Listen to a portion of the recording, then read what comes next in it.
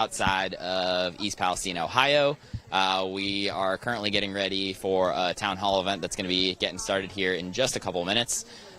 We've got a couple different residents scheduled to speak. We've got folks from the Unity Council here. This isn't a Unity Council event, but the Unity Council is all here. We've got other folks who will be talking and kind of just sharing the concerns that folks still have 6 months since the train derailment. Fun atmosphere here. We got lots of kids running around, having a good time. We're not in East Palestine right now. We're about probably 20 minutes or so drive outside. So we are going to hear from several different residents throughout the night here.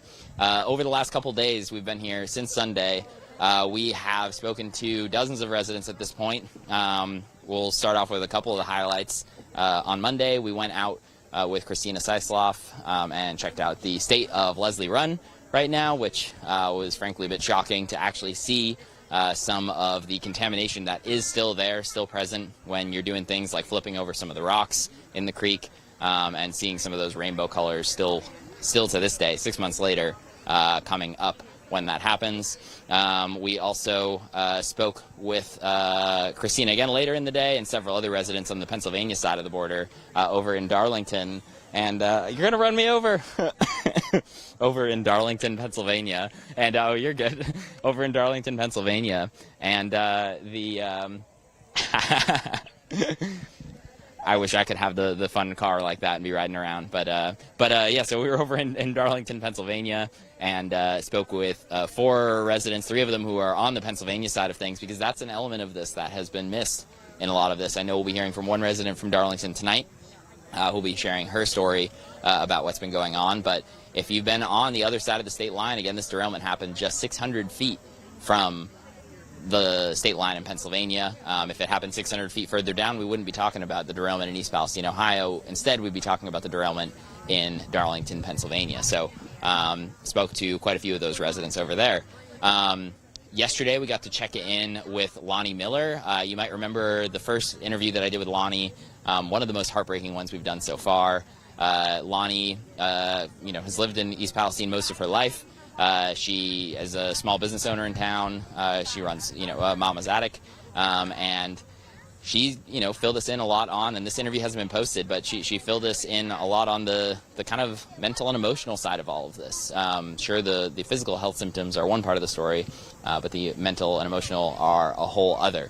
At some point here, I'm going to get cut off here, and we're going to cut to the event. I'm going to speak very briefly at this event as well.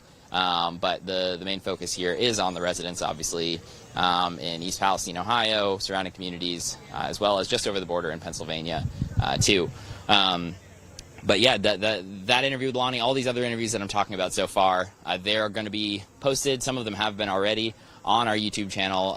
If you're not subscribed already, you're seeing us for the first time, please hit the subscribe button down below. You can press the bell for notifications, and you'll be able to see all of these interviews as they're posted. Again, we've got interviews with a couple dozen residents over these last couple days. That'll be going up on the channel shortly. Again, if you're joining us right now for the first time, please smash the like button down below. That helps to get this out to more people. Excuse me. John, can you grab me my water bottle, actually? In addition to that, I'll say that these trips are not easy to pull off. Status Coup is one of the only independent outlets that has been continuously on the ground in places like East Palestine, in places like Flint, Michigan, Kalamazoo, Jackson, Mississippi, all sorts of places across the country. And we don't go just when it's a sexy story to cover.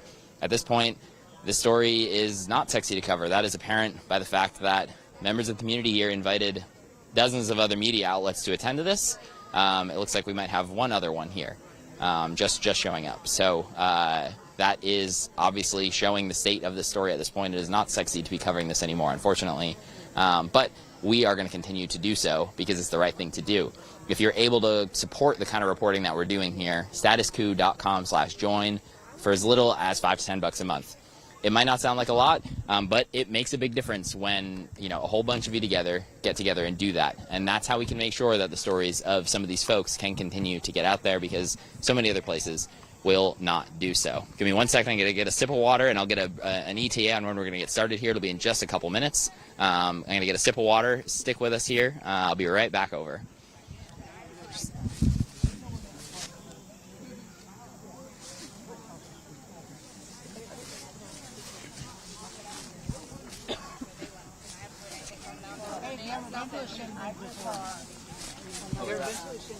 Not like this? Yeah. Usually we have a pig roast and we put a whole pig on a spit. Vegetarians don't like that for some reason. An alligator. Yeah. So many people that are vegetarians or vegans, like I don't even know what it is. Yeah. Right. I'm sitting there in my office eating ribs off the bone, and I thought, boy, if you're vegan, that probably would want me to sit up there, like farm chickens, you know. Well, don't worry, you've already mingled enough. Because you know everyone else.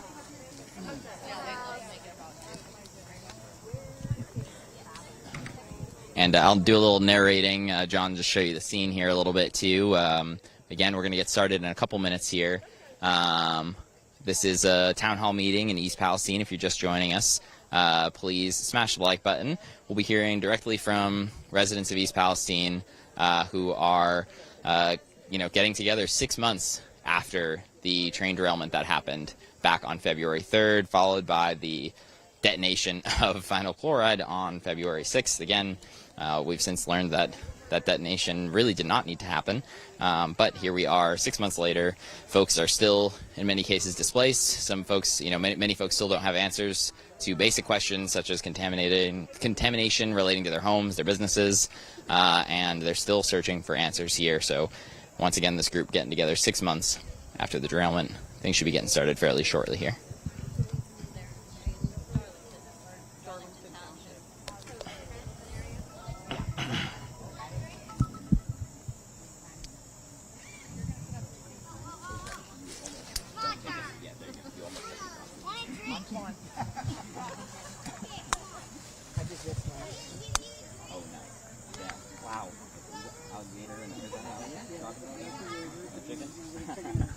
Just a reminder, guys, if someone didn't hear me, we do have drinks over there. Help yourself to them. We're going to start after I get the potatoes down.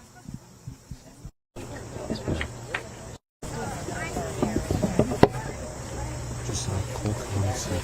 Okay. Let me make sure my phone's out.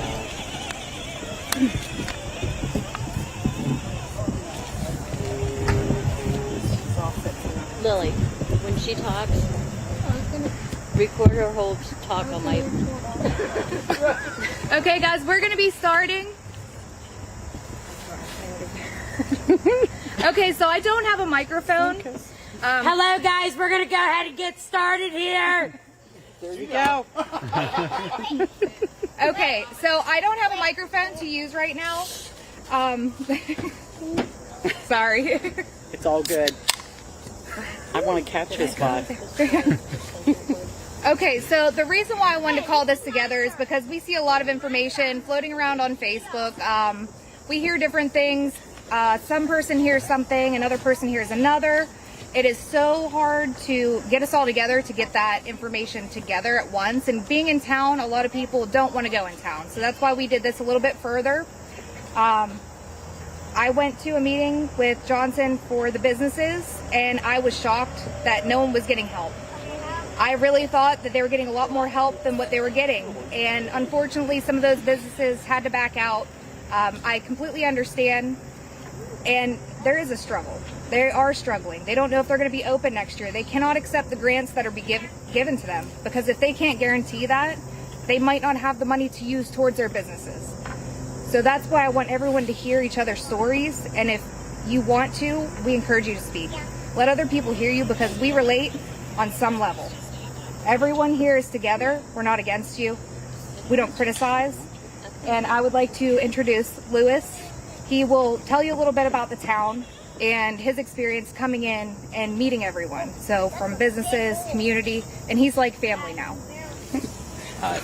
Thanks for the kind introduction. I'm going to keep it brief because Ashley asked if I would speak. I'd rather hear from you all, so I'll just talk about what I've seen, especially in the last week. I've spent almost a month over adding all of my trips together here to East Palestine over the last couple months. First, I want to say thank you to so many of you who have literally welcomed me into your homes, introduced me to your families. I've stayed in touch with so many of you like almost every week. I like Christy in front of me. I talk to Christy all the time, speak with Jamie all the time, Ashley all the time. So it's good to be able to, continue to see you, but it's one of those heartbreaking things where you want to come back to better news. And I walked back into the hotel that we're staying at in Columbiana just on Sunday, and I walked in, and the first person I saw was Candy, who's staying in there, and I was like, man, it's good to see you again, but at the same time, I really wish you weren't still stuck in this hotel 6 months later.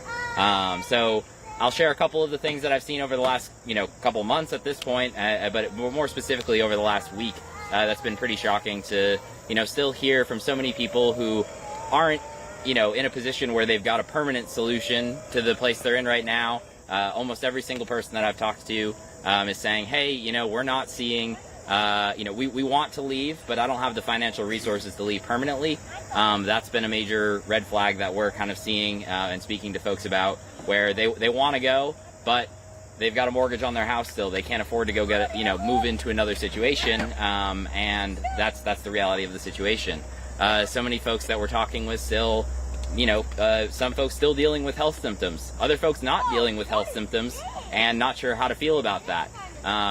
Just because you're not necessarily feeling something doesn't mean that you're not potentially, exposed to whatever is still out in the air at this point.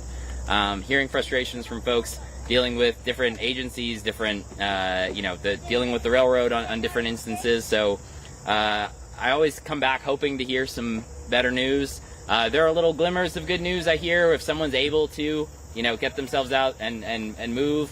But generally that is under their own power. That's not under, getting help from somebody, getting help from Norfolk Southern, getting help from a government agency, these places that are supposed to be the ones to kind of swoop in and do it. The last point that I'll make is I keep hearing from a lot of folks that they've been kind of waiting for somebody to come, somebody to come and do something, actually step it up, and that no hero has come yet, no hero has kind of risen up, and that folks are not almost ready to give up, but they're feeling beat down. So yeah, those are just some of the anecdotes that I've been hearing from folks. I'd much rather let you all talk about it and hear from more of you. I've met a lot of folks who are here already. I'd love to meet the ones that I haven't already. We'll be here afterwards, chatting with as many folks as we can, trying to learn more about all of your stories. Because unfortunately, we see one other media camera here. This story is unfortunately no longer the big sexy story to cover at this point in time 6 months later. I wish it was. Unfortunately, it's not. We see these things way too often. And with that, we'll let some additional residents come. Ashley, thanks for asking me to speak, but I really look forward to hearing what you all have to say tonight. Thank you. Yeah. And this is Lori. She'll speak. Hi, good evening, folks. My name is Lori O'Connell, and I'm a resident of Darlington Township, Pennsylvania. On Monday night, I attended a supervisor meeting in our township and was told that no one had brought any issues to the township. And this is the letter that I read to them. This is my family's life from February 3rd to August 14th. 90 days of excruciating, unexplained muscle pain. Multiple doctor visits in excess of 30. Multiple prescriptions, 6 antibiotics, 3 steroids, 1 Zofran for my daughter who can't stop puking. 10 puking episodes, multiple missed days of work. This was followed by 1 ultrasound, 1 mammogram, 1 biopsy, 1 surgery, 1 5-centimeter mass, and 2 lymph nodes. 4 nurse visits, 5 trips to follow-up doctor's appointments, 7 more to go. And oncology is yet to come, which starts the end of this month. You want facts, you want numbers? Our vinyl chloride results in my household 3.4 miles from this derailment. 0.50, the limit. 1.9 was the test result. 0.21 is the limit. 0.81 was the test result. 100 milligrams per ml, or C, whatever the numbers are. The limit was, that was the limit. The number was 2611. 0.50 is the limit. 0.82 was the test. 0.19 was the limit. 0.31 was the test. The assistance that we have received from Norfolk Southern, 0. The assistance that we've gotten from our local government, 0. The assistance we've gotten from our state government, zero. The assistance from our federal government, zero. I can tell you what we have been told. Everything is fine. Nothing to see here. It's all great. Took 5 months for water test results. We were told to drink from another source. 2 months and we're still waiting for our soil test results. 6 months of worrying that our home is contaminated, that our insulation in our old farm home that we've lived in for 25 years could be contaminated and causing the illness. Do you know what they've told me? Well, we don't have a test for that. What am I supposed to do? Not one official, not one, cares. Not one has called, not one has visited, not one has emailed, not one has Facebooked, Messenger, carrier pigeon, nothing. Nothing from any officials. But our township received $554 to repair a road and $660,000 that they stuck into an account in case we need it down the road. So what I'm here to tell you is you are not alone. The people of East Palestine, believe me, you are on my radar every day and every night because we are suffering right along with you and we are faced with the same challenges that you're faced with. I have friends that haven't been in their homes since February 3rd that live in Darlington Township. They want to go home. They can't. We can't afford to move. We can't do it. We've lived in our home for 25 years and never had this much sickness. Our dogs are now sick. This all started in February, but everything is fine. Thank you for having me. Thank you for letting me speak. Just so you know that we are in this fight together. We will continue to support all of you. Reach out to me on Facebook if you need to talk. I will listen.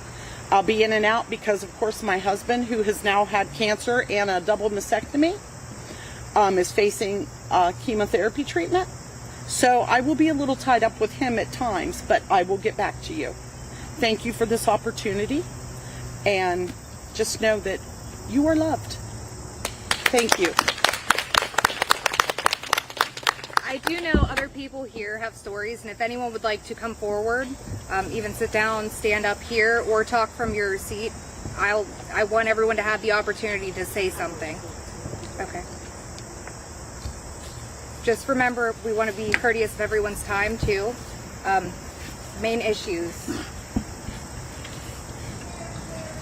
First of all, I'd like to ask if everyone would be okay if we said a prayer.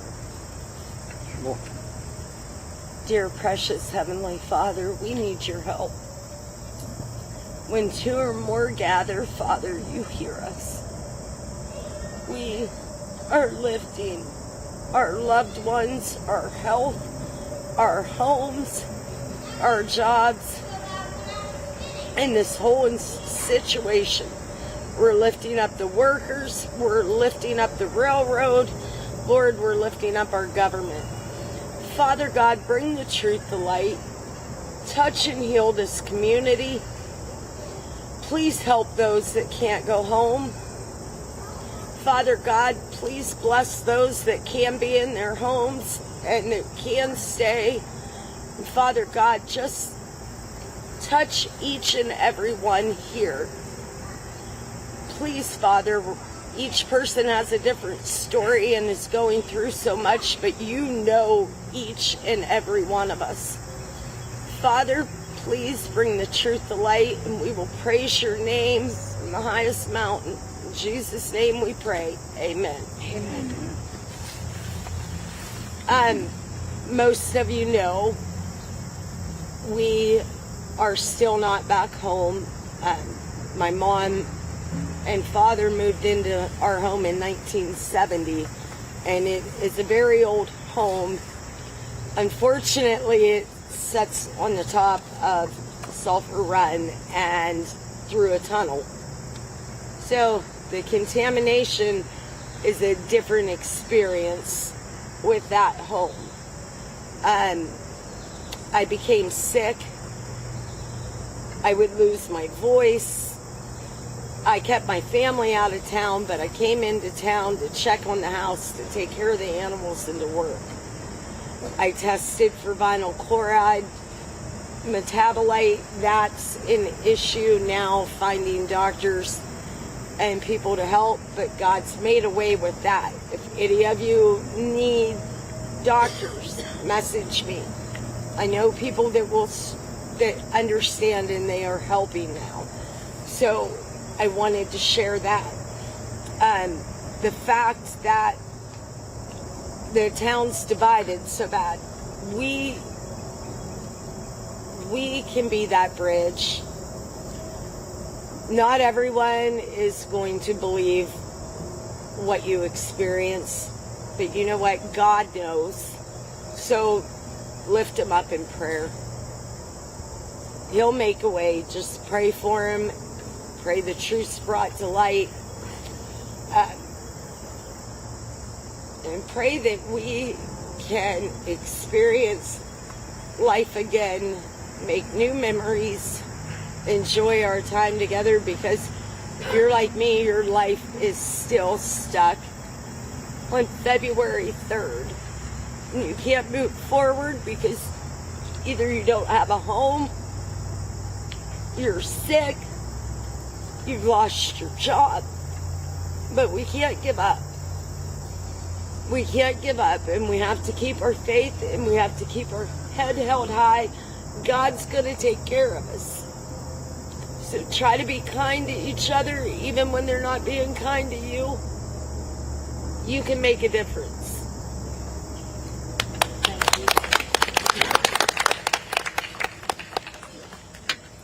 We do have information from Case Western as well, and Dr. Golem over there. There's information you guys can take, and if you would like to sign up for other studies, information's on the table. Did you want to come up? I started getting sick in April. Like in the beginning, I didn't even think it was a big thing. You might have to speak a little bit louder. Oh, I'm sorry. I didn't think it was a big issue. And I started getting sick in April when it started raining. I get rashes, my eyes burn, my mouth burns, I get headaches. I had these sweating spells Ashley, we can't hear that smell like... Did you want to turn to that? Oh. No, we can't hear you. Oh, sorry. So I started getting sick in April when we started having all this rain. My basement floods. Well, now my roof has been leaking since April. Insurance won't pay to fix my roof, you know, whatever. But I started getting sick. I get these rashes, which I have one here. I have it on my leg. My eyes burn. I have that burning in my mouth. The headaches. I get these really bad sweating spells to where they smell like chemicals. Dr. Chai is my chiropractor, and I've been seeing him since 2010. He said, I had a sweating spell in his office where I was soaked. And he said, Chris, as long as I have been treating you, you've never had a smell. He said, and this smells like a chemical smell. My grandkids come over, they're fine. The next morning, they're congested. They're complaining of stomach problems. The other night, I woke up soaked in sweat. I thought my house was on fire. I jump up, and I'm running to the house. I had two of my grandkids there. And my oldest is 10, and she's like, what is going on? I said, I think the house is on fire. So she's running through the house with me. And then she's like, Natty, that's you. You smell like something burning or something. And I went to EPA a couple weeks ago to see if they would come test my home, and they will not.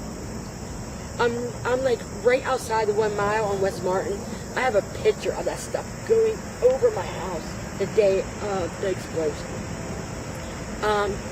Dr. Chai has got pictures of my rashes on my face, on my, I had, like, doctor just keep giving me a run.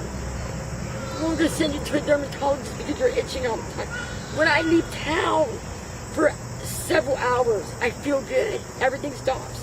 The itching, the burning, and I have energy, but the minute I come into town and walk into my home, my dogs have been sick.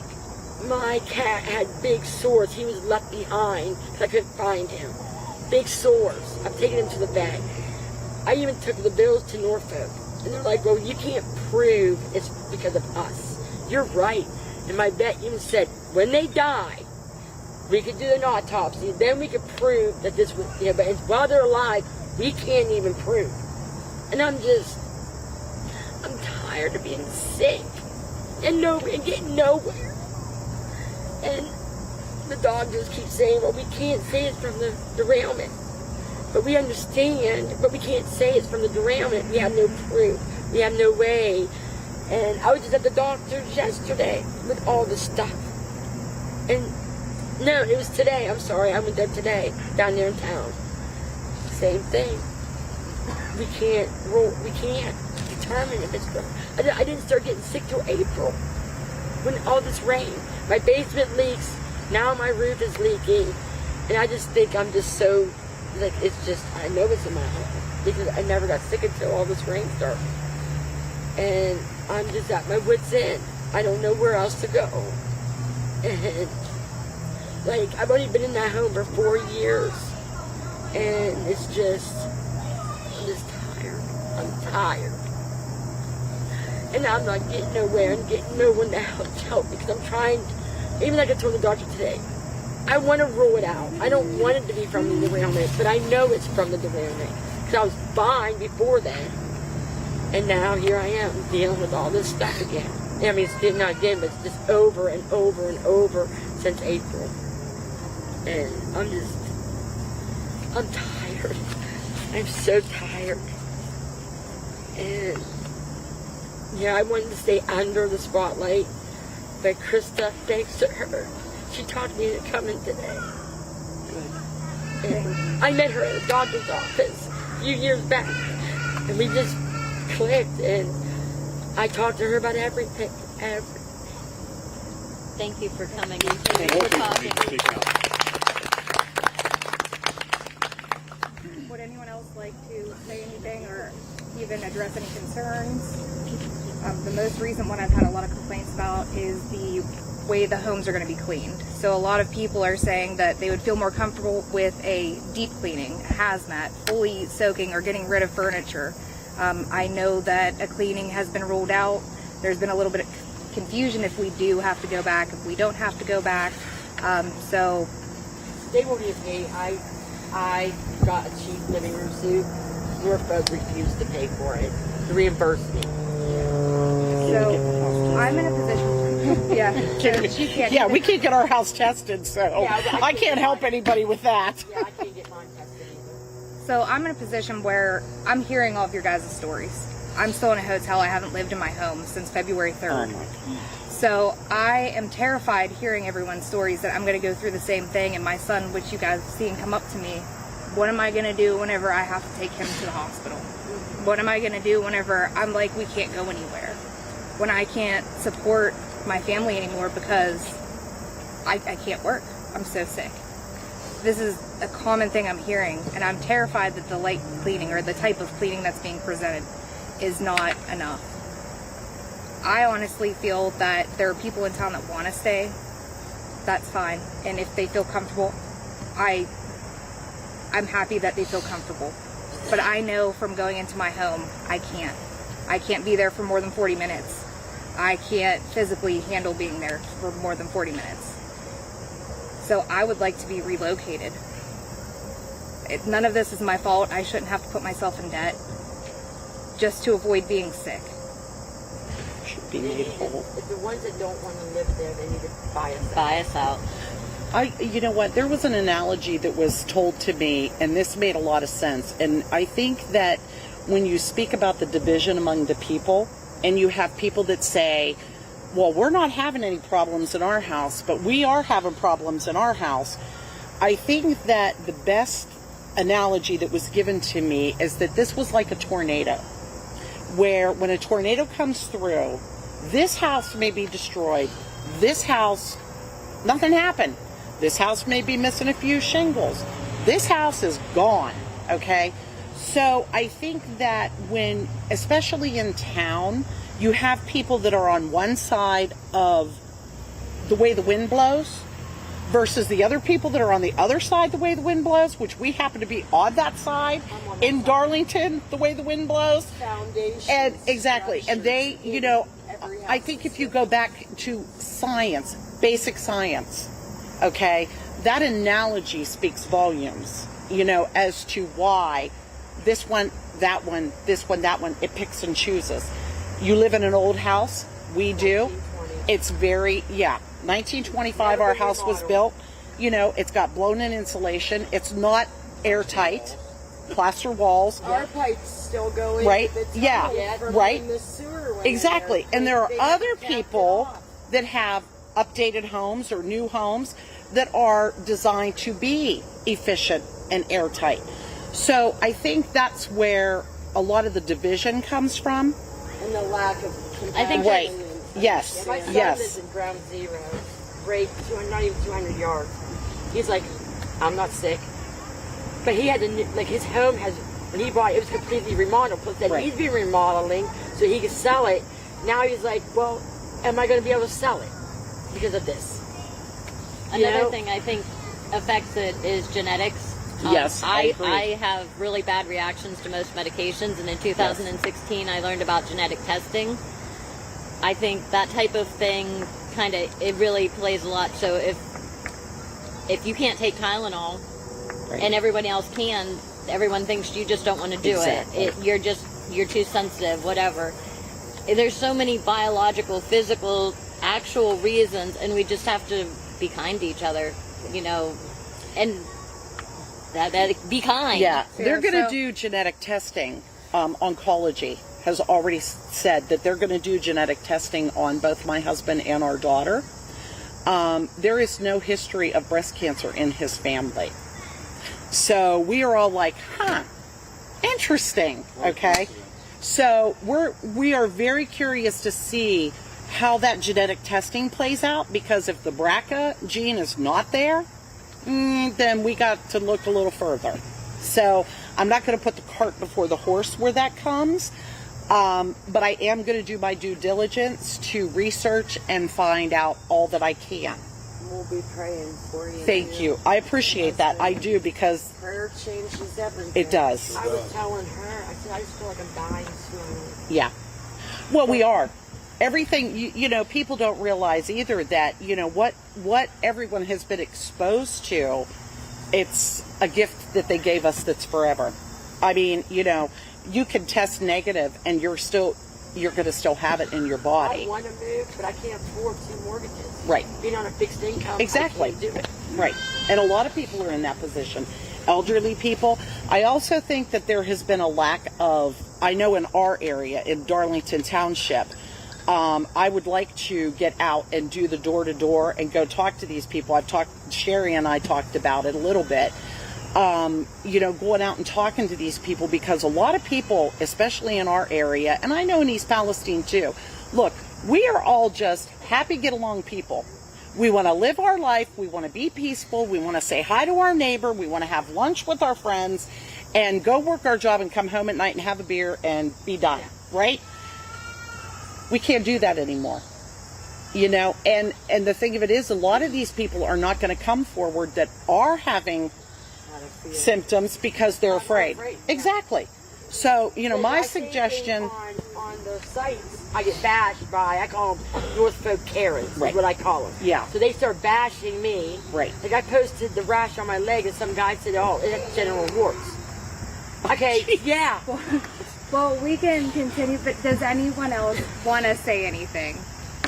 They have the opportunity now. We have Status Coup. People will listen to you. ABC is here as well, so you have that chance I think to... that's PBS. PBS. Sorry, PBS. Sorry. She could bleep that out and fix yeah, it. we'll fix it. But She'll yeah, fix it. you have an opportunity if you want to be heard right now. Okay. No, I did not. Certified letter. I did. I just got it. Fill it out. I just got an email from. Mark, did you know about that? We got a letter from Norfolk. I'll have an update for you guys tomorrow night. I'm looking into it. Yeah, Okay. I just got an email from my attorney, and they said do not. The post office will be sending them. I went and It's if you marked if you were injured on your, and I'm telling, I mean, on your don't fill it out. It was anybody. It was I'll anybody fill it that out got when a they chemical tell me what they're gonna do. diagnosis from and took it down to the health center. Was you here, Jay? It was a anybody with a chemical diagnosis that you took to NS. Anybody that said biomedical, vinyl chloride, metabolite, benzene, whatever, then you are getting one of these letters. If you haven't got one, you're going to receive it. See, I marked injured on my form when I first went because, and I put would discuss because I didn't know what would happen later, and I didn't want to mark no. Okay, I also want to say that I just got an email like probably a half hour ago from the they sent it to the lead attorneys. Do not send that back until further notice.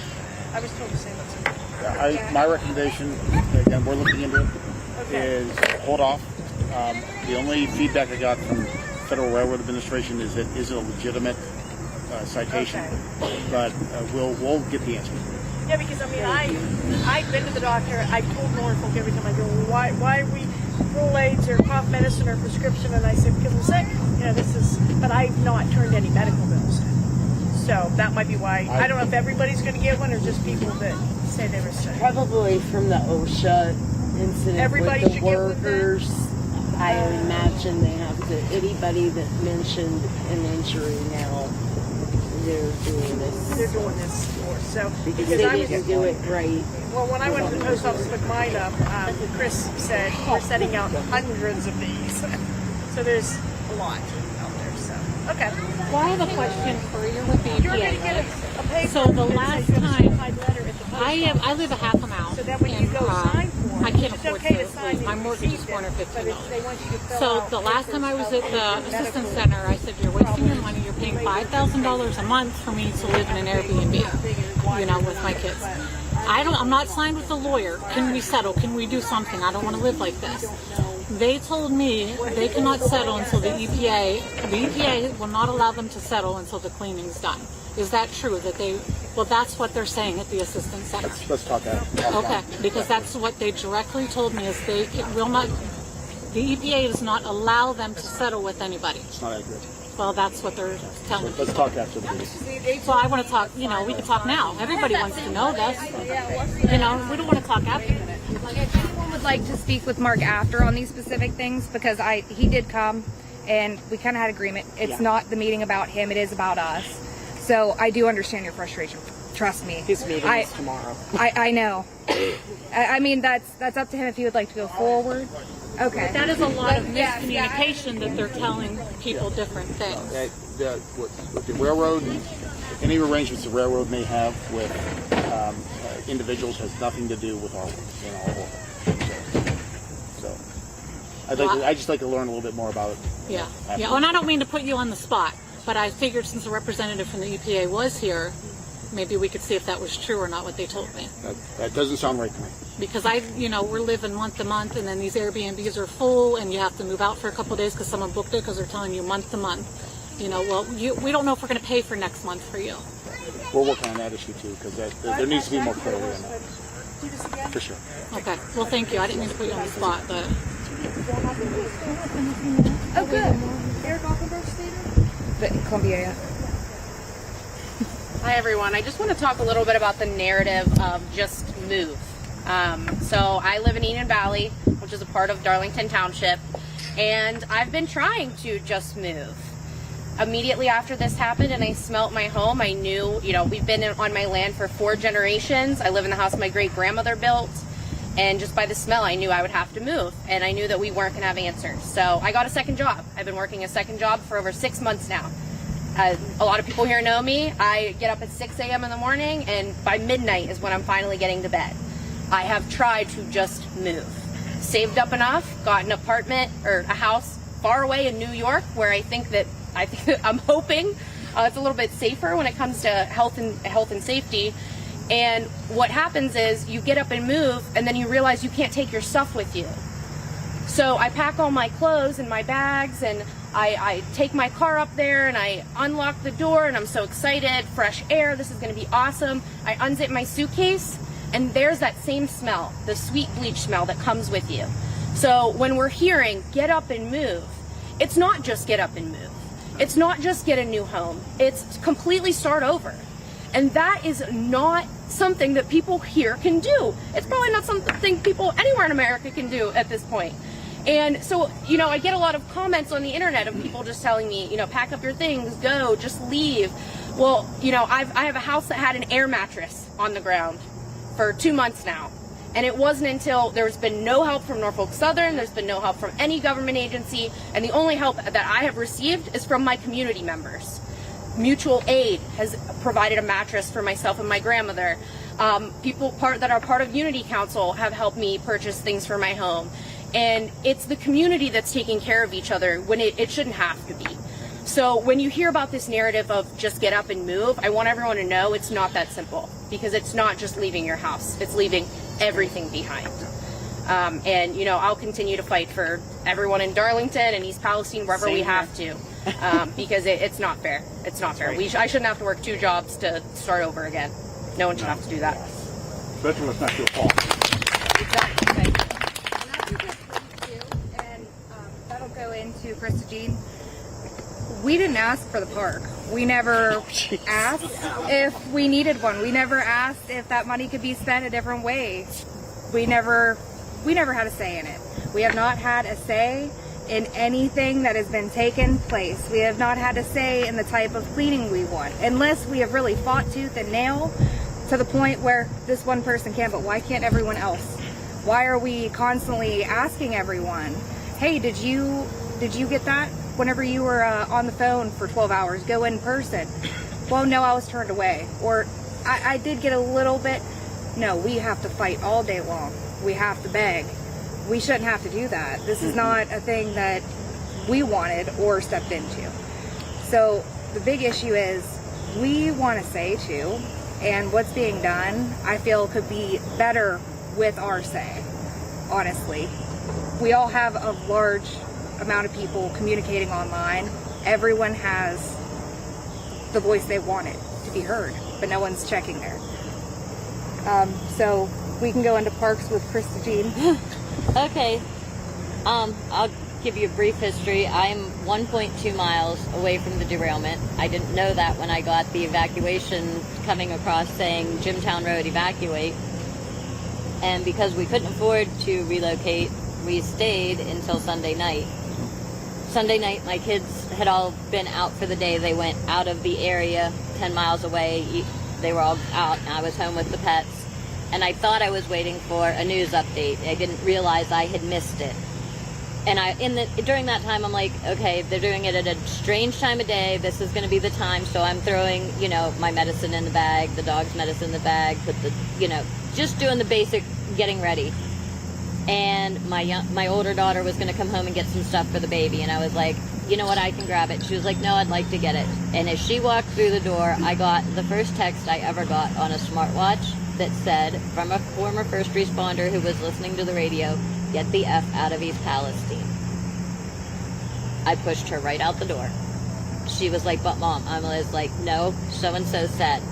And she was like, I said, call the dogs to your car and go. I will be right behind you. And we left. Now, we couldn't tell before that our home was hanging in chemicals. It wasn't fog. It was very thick. It reflected oddly in your lights. Now, I can't smell it very well. I don't smell stink bugs either, but I can smell fire ants. I didn't smell it. So, like, all weekend, I didn't smell it. I didn't really know what to think. When we got to Negley, you could have cut it with a knife. It was so thick, and it glowed in your lights. And nobody said anything about Negley, even from the beginning when I started talking about Negley, which is why I wear this, because they got left out of the conversation completely, just like Darlington Township. When I heard that only about 8 people would be affected in that area, I know that area. I know there are at least 200 families in that area. I was blown away. So we evacuated Sunday night. I ended up taking my family to Alliance, the farthest west. I was watching the way the wind had been blowing. I was like, we're going the opposite way of this. I was told by somebody that had some information, if this goes wrong and you take one whiff of it, it is going to melt your lungs. So I'm smiling and dialing the whole way out I called Crystal and I called several people and was telling them, please go. We had a reservation through February 8th. And that day I checked out.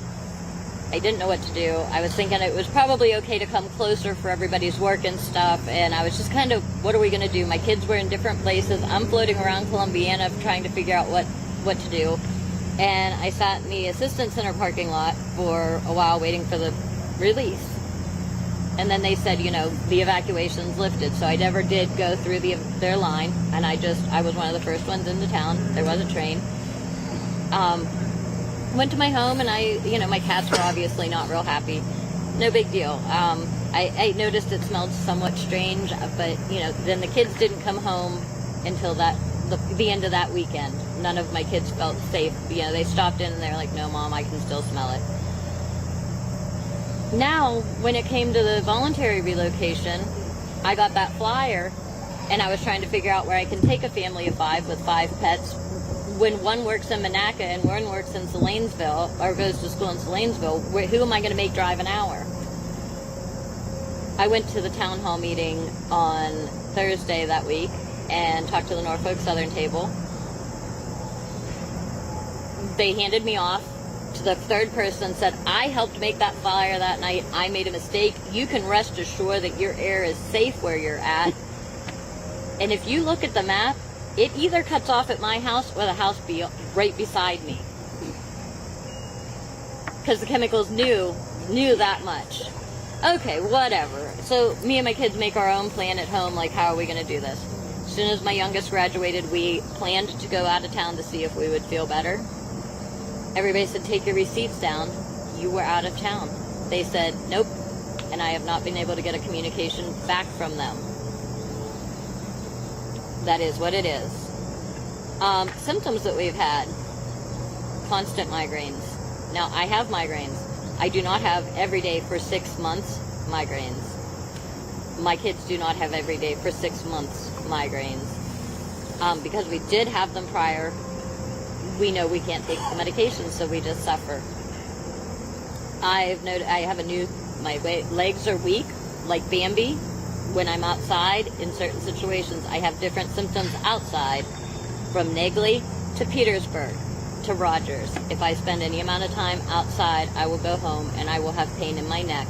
I will have shooting pain in my mouth. I have trigeminal neuralgia. It is very specifically that pain. It is different than a toothache, very identifiable. My thyroid is up 10 points. It was always normal. Now I have high thyroid. I happened to ask somebody who has survived a previous dioxin pollution, and I said, how long does it take before it starts affecting the thyroid? She said 3 to 6 months from your initial exposure. I got that the week of the 6-month anniversary.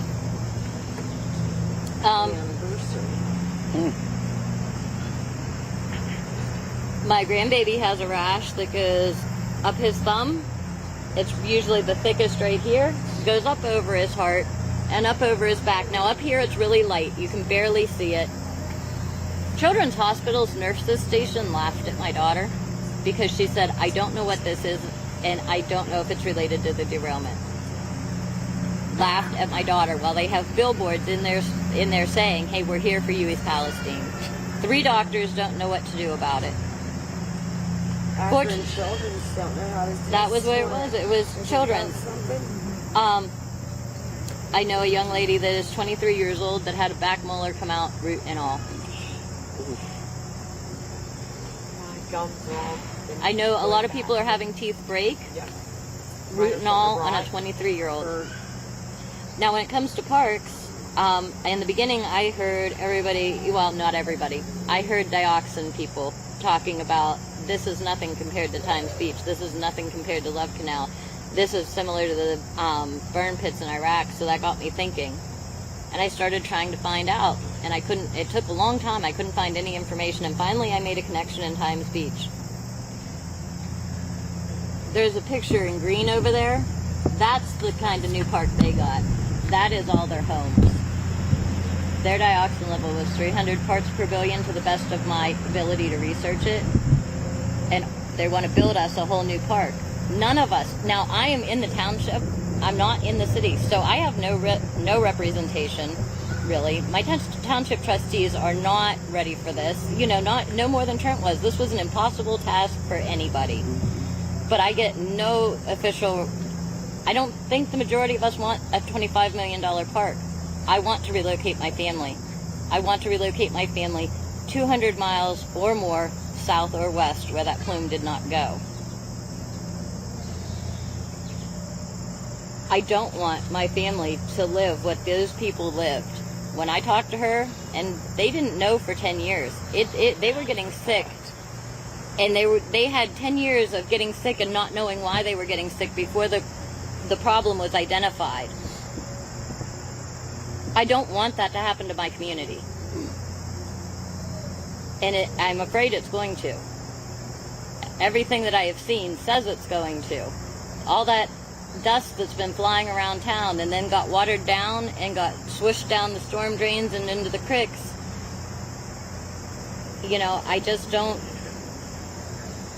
A new city park when we have people who need homes either gutted or they need to be able to fully relocate themselves. I'm not seeing it, and I know a lot of other people aren't feeling it. Now, that's not to say the people who want to stay in town, yes, use some of that money to upgrade the park some. That would be lovely. You know, I'm not against upgrading the park some. I'm not saying everybody has to go. I'm saying February 2nd, I did not intend to leave East Palestine. I have been in my home for 27 years. I bought it when I was 21 years old. It is the only home that my children have ever known. It is the only home my grandson has ever known. So February 2nd, I hoped to pay off my home this year. Now, I'm trying to figure out how I can get my family 200 miles plus away from here. That's not my job. I didn't create this problem. Nobody here created this problem. And honestly, it wasn't created intentionally. I will say that. I'm sure we've all limped home on a low tire one time. You know what I mean? Or just tried to scoot in on fumes. Nobody did this intentionally to us. But it's time to take care of it the way each individual needs it taken care of. God forbid, you know, this poor gentleman has cancer. What are we going to do when it's a 12-year-old girl? Because that did happen in Times Beach. Or babies that are born with defects, or little children who can't reproduce when they get older. I don't want to see that. I want to see people who are afraid of that risk be allowed to go, be enabled to go. Norfolk could have came out looking like gold. And I still think they have a chance. I do not hold any single person responsible. I know this is an impossible situation for everybody. They need to do what's right for the people, not a park. Was there anything else I wanted to say? All your information's over there. Yeah, I mean, I did a comparison, like, because we heard about it in the beginning, this is like Times Beach, this is like Love Canal. I made a board that kind of showed some of the things at Times Beach and some of what's going on where we're at. I am not a scientist, and I did that with the best I can do. Now, there is a statement from what Marilyn from Times Beach has said to me, and she said, go as far away as possible as soon as you can, and be very careful what you take with you. And there is a statement of some of the illnesses that she has seen. They've lost 1,500 people. Now, that was 40 years ago. She lost 2 husbands to cancer. I feel honored and so blessed to have these connections to these people that are able to help us understand. One of the former EPA agents there studied the children. She studied 10 children from 10 to 20 years old until their 40s and 50s. 9 of the 10 of them have health issues. I don't want our children to be forced to endure that.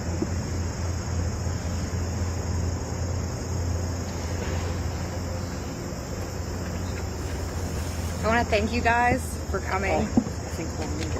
Okay, yep. Yes, you can First speak. of all, I want to hug you. Okay. I love you, Eddie. And thank you for telling and speaking up your story, okay? Hi, everyone. My name is Lonnie Miller. I'm a resident of East Palestine. I live on East Clark Street. My home is roughly 200 feet from the rail line and 1,800 feet from where the fires were burning, the actual point of derailment. I actually testified at the first Senate hearing for Senator Mastriano. I testified because those chemicals did not stop at that state line. Those chemicals did not stop at a 1 mile marker that they put on this. My family is also in Pennsylvania, and I'm angry that we're living through this right now. And I kind of differ. I have a different opinion. Norfolk Southern is negligent for allowing this to happen to us. That train was on fire in Alliance and Sebring. They had time to stop that train. It is criminal negligence what has happened to us and what has taken place in our community, in our surrounding communities. I was home the night it derailed. I heard the sounds in my living room, in my home. Tell me, how are they supposed to make it right for me and for my family, being in our home for 30 years next year? How are they supposed to make it right for me and what I've experienced? I am angry. I am very an emotional person, and I am not a public speaker. That was the very first statement that came out of my mouth during that Senate hearing. I just can't stand by and not speak out anymore. I am also a business owner in town. I own Mama's Attic. I will be closing my shop because I refuse to stay in a community where we can't take care of our residents first.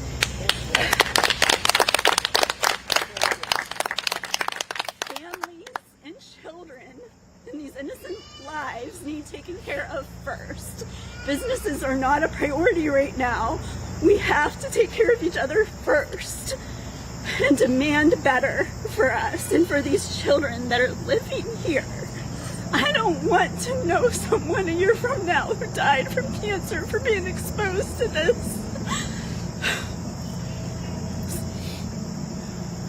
I'm begging you. You know who you are right now. I am begging you to do something about this. I know you're able to. I know you're able to. Do something about this for us. The people that want to stay, give them good information. Give them well-rounded information. Get them health care for life. Get these children health care for life. We should not have to be forced to make these life-changing decisions that we didn't plan on making. Never. My family and I, we have resided in our home for 30 years. As of next year, I never intended on leaving my home. Never. As of Monday, we have taken out a mortgage that we don't even know how we're going to pay it. We have no idea how we're going to pay it. We are relocating. I'm getting my son, who is 21 years old, as far away as I can at the moment. I wish I could do it for everyone else too. They all deserve so much better. Every single one of these people deserves so much better than the way that we've been treated. Our government has failed us repeatedly from the moment that train was on fire. Repeatedly. Do something about this. Everyone in this country should be speaking about East Palestine, Ohio, because this could take place anywhere. Anywhere. Any small town, any big city, countryside, farmland. This could take place anywhere in this country, and it is criminal. It is criminal that we have been so neglected and forgotten. I have an uncle in Texas. It's not coming on his news, but he's finding it. And he kept telling me repeatedly, get the F out of there. Just go. I can Go. tell you, we've it's been not censored. that easy. We're being censored. We are definitely being censored. Yes. Because I can tell you for a fact. I mean, the news On agencies social won't media. even come. My Senate testimony for Senator Mastriano was going viral. Yep. It was going through the roof. It was going viral, and they shut it down. Yes, they did. They shut my testimony down. They silenced us because they're terrified of us. Yep. And I watched both of you. You know it for a fact. You know it for a fact. They're censoring us. Yes. I moved to East Palestine in 2013, and I fell in love with the community. That when I was able, after my messy divorce, and I was able, I decided to buy a house in East Palestine because I love the community. And now I hate it. Because there's so many people, like if you say anything, That breaks my heart. It breaks my heart because Just answer in kindness or scroll by. We have such a good community. I know. We have so many good people there. We do. And it's not divided. It's not. We're not as divided as we thought. They thought we weren't standing with them. They know we're standing with them. Yeah. We know that they're standing with us. Absolutely. We're not divided as we thought. There's a handful of people. And so many people are afraid to speak out. I graduated from East Palestine. They're afraid I to grew up speak in out. Ohio. So, you know, I have both sides. Me too. Both sides. You know? And I just feel like I'm being smothered now. And I have nowhere to go. Like I can't. Right. No. And I'm going to make a promise. I am going to make a promise in front of every single one of you. I'm getting my family relocated so I can take care of my mental and physical health right now. But I'm making you a promise that I will help fight until the day I die to help get you guys relocated too. If you want out, everyone is entitled to get out of there. And they deserve us to be able to go with what we enjoyed and valued in our home here, wherever we want to go. Because fair market value in East Palestine doesn't buy the same anywhere else. You cannot. You cannot. Or Darlington I can vouch for Township or that. Nagley. I can vouch for that. They're not sick. They come to my house and I have them all the time. By the next day, they're sick. We have the same problem. I went to Norfolk to see if they would reimburse me for the cheap furniture I bought so I could go buy new mattresses. I can't. And they're refusing. And I've only been in Norfolk 3 times. You know, and I have to tell you guys, you know, I haven't publicly spoken about my health issues. I did have an interview yesterday with Lewis, and I'm very grateful for everything that they have done to keep a light on our community and what's taking place here. I am struggling with issues of PTSD from all of this. But I can also tell you, when I returned to my home 3 weeks after we were evacuated, 3 weeks, my house did not smell the same. After living in your home for 30 years, you know what your house smells like. I was terrified to touch a baby picture of my son hanging on the wall. What kind of life is that in a home that you were safe in and you felt safe in? It is not a life. When you're afraid to touch a baby picture of your son, you're afraid to pick up a photo album that's full of your family memories of 30 years.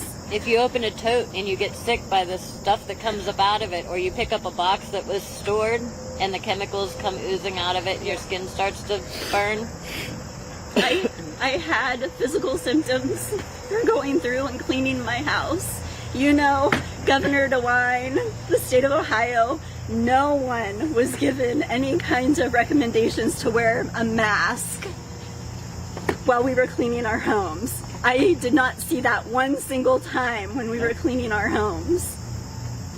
They couldn't provide the right PPE if they wanted to. Yeah, that too, yeah. They didn't even tell us, could we use bleach on vinyl chloride? Does anybody know? I have no idea. Almost 7 months later, and I still don't know if I can use bleach on You vinyl shouldn't chloride. use any kind of bleach with any kind of chemical because it creates a mustard gas, is what I have read online. Not because I read it from any kind of government agency. It was my own research. And I can tell you, those physical symptoms when we were evacuated and we resided in East Liverpool for 3 weeks, I'm just going to go on record as stating I had blurred vision. I was terrified to drive because my vision was so blurred. And I know it's because I was exposed to those chemicals.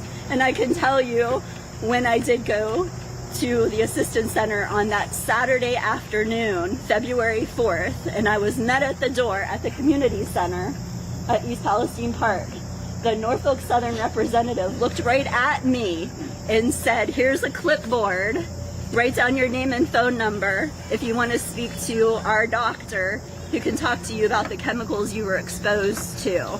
That person at East Palestine Park admitted to me that I was exposed. My family was exposed to chemicals on Saturday, February 4th. CDC admitted it. But now everything's fine. No. And it's funny. Our cancer. It's funny because that Saturday afternoon when I was there and I questioned if I could have that doctor's card, that gentleman told me, no, I can't do that. Write down your name and phone number on this clipboard, we'll get back with you. And I stated, if I can't have her phone number, she can't have mine. I'm so fed up and angry, and being a resident and business owner in town, I can tell you I have heard so many stories, and I could share so many stories. People don't deserve this. We didn't ask for this. We all want our lives back, and we all deserve our lives back that we had on February 2nd. Yes, and they're all going to have to be different because. And not every single story and family are identical. It's not one size fits all. That's right. It is That's not right. one size fits all. That is right. And I am asking for help. Don't let 10, 30, 40 years go by before you do something about this. Thank you. To close up I think the biggest issue is that we still don't have answers. Like, we talk about people that want to get out of their homes. They don't want to leave East Palestine. No. That's not why we chose to live in East Palestine. We can't even make an informed decision about our homes at this point. Do you want to sell your family home you've been in for 60 years and then find out there's no contamination? Like, we deserve answers, and at the very least, they need to be cleaning and testing our homes before we're forced to go back into them. Or while we're living in them. Right, or while we're living in them, Yeah, exactly. right. Some people couldn't even get out. We couldn't. I couldn't leave. I couldn't. I've been asked to read this. It's a call to action. Please join us on Sunday at 2 p.m. at the East Palestine sign on Taggart for some powerful photos to be followed by protest at the road closed sign on 51 in Taggart. Please bring any supplies you have, as does hazmat suits, gas masks, goggles, signs, etc. The first several people will be provided with a handmade yellow vest to keep. Please join us in solidarity to fight for our right for clean water, clean air, our homes, our health care, and the humanity we demand to be shown.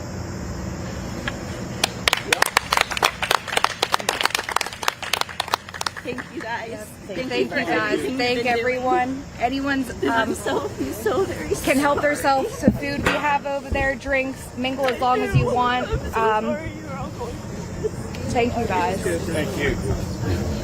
We're here for you too, Bonnie. We will all come together and we will fight together. If I get to move my family out of the area, I'm going to go take care of this.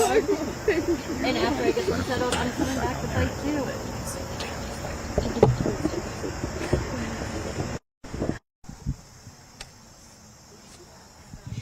All good.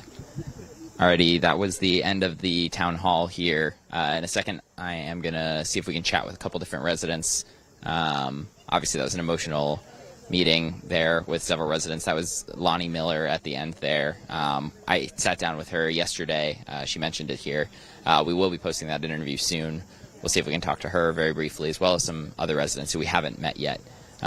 Stay tuned. If you're just watching us right now, too, please press the like button. We will read all the super chats, donations, all of those things at the end. If you are able to support our reporting, statuscoup.com/join is the place to do so. I'm going to see if I can track down some new folks.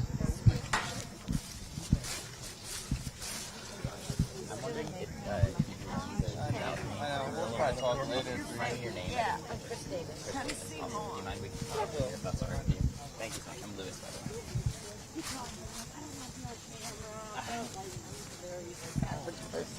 Yeah. So. Do you want me to sit with you? You want me to sit off to the side? Are you good? Yeah, I think I'm good. Alrighty. Well, thanks so much again for taking the time. That was a powerful kind of testimony you're sharing there. So, I guess if you don't mind just introducing yourself and you're talking about some health symptoms that you're kind of even still dealing with at this point in time. If you don't mind sharing a little bit more about that. Okay. Yeah, my name is Chris Davis. I live up on the corner of West Martin and Vine. I have a picture of that stuff going over my home. I didn't start getting sick till April when we started having the storms. Well, the storms, they took part of my roof off. Insurance will not pay to fix it. So I know it's leaking now, from my roof, but my basement leaks too. But I started having like the burning of the eyes, congestion, itching, rashes. There's a headache every day. Like I can't get rid of it. And it wasn't initially. It didn't start with right at the beginning, but it was started in April as things started to warm up, more rain, that sort of stuff. And I get these really bad sweating spells. And I've been going to the doctors, and they're just like, oh, go to the dermatologist. Oh, you're probably going to the Change of Life. And I'm like, does the Change of Life sweat smell like chemicals? I said, Rick Chai is my chiropractor. Been seeing him since 2010. He's like, Chris, he said, this smell, I had a sweating spell in his office. He said, it smells like chemicals. The other night, my grandkids come. The next morning, they're coughing. The other night, I woke up soaking wet with sweat, thinking my house was on fire, and it was me. Right. And I'm just tired. I got dogs with rashes. I have cats with rashes. Right. The vets are like, we can't. The only way we get proof that it's from them is if they die. Norfolk said, well, you can't prove none of this is from us. I went to EPA because I'm trying to rule everything out. Went to the EPA's office about 3 weeks ago to see if they would come test my home. No, we won't test your home. And then I got to thinking, well, I don't want you to test my home because with the levels that you're saying and that other people are proving you wrong. Right. What good is it if they're doing it. an independent test next to the EPA test and they're saying two very, very different things? Exactly. And then I just finally, this girl just told me, go up and get tested. And I said, I don't have the money. I don't have $600. She's like, just go up and get tested. She's like, your insurance, she says, I haven't even gotten a bill. Right. Are you talking the vinyl chloride urine? Yeah, because I'm trying to rule everything out. My doctors, they're like, well, we can't say it's from there. So they just keep giving me a runaround. Right. And I'm just like, I'm tired of being sick. I bought the house 4 years ago. My very first home. I had a bad divorce. So it was my very first home. My mom passed away in that home in 2020. It's a lot of sentimental to me because, but I'm willing to for them to buy me out. I want to feel safe in my home. Right. If they don't want to buy me out, then pay to have everything ripped out and all new stuff put in. If that's, I'll be okay with that. Yeah. But right now, as far as like a real permanent solution, have you been presented with any real permanent solution? No. I've been down in Norfolk. I went twice. In the beginning, they reimbursed. They gave me their inconvenient check, which is a crock. But and they gave me reimbursed for furnace filters. So then I ended up buying an air purifier. I went down there. They did that. So then I had the smell in my beds, in the meat because I'm single. So we had the smell in our mattresses and my furniture. I searched for a cheap living room suite because I didn't want to spend thousands. Yeah. And since I'm on a fixed income, I had to check from Norfolk, and I had saved up some money. Right. And I found, a couch and love seat for $1,300, and then they threw in their chair for an extra, for like 15, total of 15. Yep. Took it down there. They will not reimburse me. I said, I need reimbursed because then I could take that money and go buy me a mattress, take that money, then get reimbursed, and take that and buy my grandkids mattresses. Right. Because they expect you, you have to go buy the stuff on your own and then reimburse it. But they The reality, they're not reimbursing. they're not reimbursing for a lot of things, and the reality is a lot of folks don't have $1,500 laying around to go buy a couch or to go stay in a hotel or to do these things. To have to put up all that money up front, that's a risk. And then you put that money up front, and you don't know if Norfolk Southern is going to reimburse you. So And that's where I'm at, and they're like, well, come back in August and we might reimburse you. But I took vet bills down. They're like, you can't prove that, or this is from us. Where are the sores coming from? And I have city water. I will not drink it. I will not give it to my dogs. They say I was safe. My dogs won't even drink it anymore. There's something going on with it if the dogs refuse to drink it. And the thing is if they're going to go through and they don't want people bringing their vet bills and asking for new furniture and everything, how about just go ahead and do this permanent solution? And okay, if you don't want that to be the case, help me get into another house somewhere else. Buy my house from me. Do something like that. And I'm sure you'd be happy to do that. Yeah. I mean, I'd be happy if they just paid to have somebody come in and rip everything out. And completely remodel. I'd be happy with that, just so I could feel safe, and I know my grandkids are safe. Because, and I get them a lot, especially in the summer. Right. And you mentioned the grandkids. I mean, have they experienced symptoms with this stuff? Or? They, when they wake up in the next morning, they'll be coughing. They say, oh, my stomach hurts, they don't know what indigestion is. Right. But they, but if we sleep downstairs, if we sleep in the beds, we're pretty much we don't sleep much, and so lately I said just sleep downstairs on the recliner because, we'll all sleep downstairs and see if that helps. And it does help a little bit, but not, I mean, and I guess I got to ask, did you think back when this happened 6 months later, not only federal agencies, the railroads, the state government, the local government, you would have thought somebody would have come at this point. And nobody's here. No one's here to help. No one. And and I'll say in the beginning, I was like, oh, it's no big deal. This chemical's nothing. I was pretty much for Norfolk. But then as time rolled on, and then I started getting sick, and I'm getting nowhere, and I'm seeing all these other people getting sick, and I'm seeing my son lives on ground zero, 200 yards from me. But he's never home. And so he's not, but his house is new. He's been remodeling for the last year because he planned on selling it. Now he's like, can I even sell my home? Right. He's like, but I'm not really, he had a couple of nosebleeds in the beginning, but he's never home. He owns 2 businesses. Right. So he's never home. Right. And I told him, I've been trying to get him. He's like, nope. He says, I don't want involved because he even said, I worry about Rick Chai. Right. He said, 'cause I'm afraid someone's going to try to kill him because he is exposing so much. And he is. I worry about him all the time. I tell him all the time, I worry about you. Yeah. And he's, I'll be fine. I try. He wanted to come tonight, but he had to work.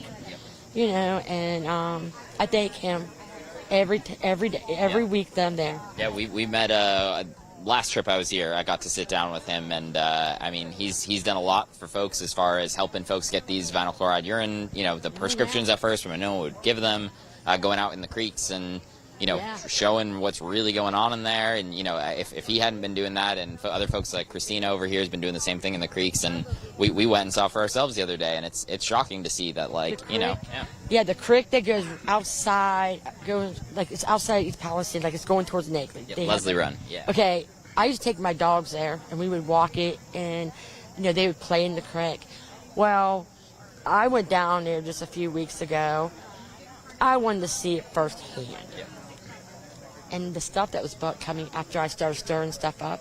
And I loved it. My dogs loved playing in that creek. And now it's not safe to even try to walk. We were walking back up after we went down there ourselves, and I said to John, I was like, this is such a shame. This seems like this would have been a nice area to hang out, right? But play with your dogs, eat, bring down some lunch for a picnic or something. Yeah, and I'm beside, I told them, I feel like I'm slowly dying.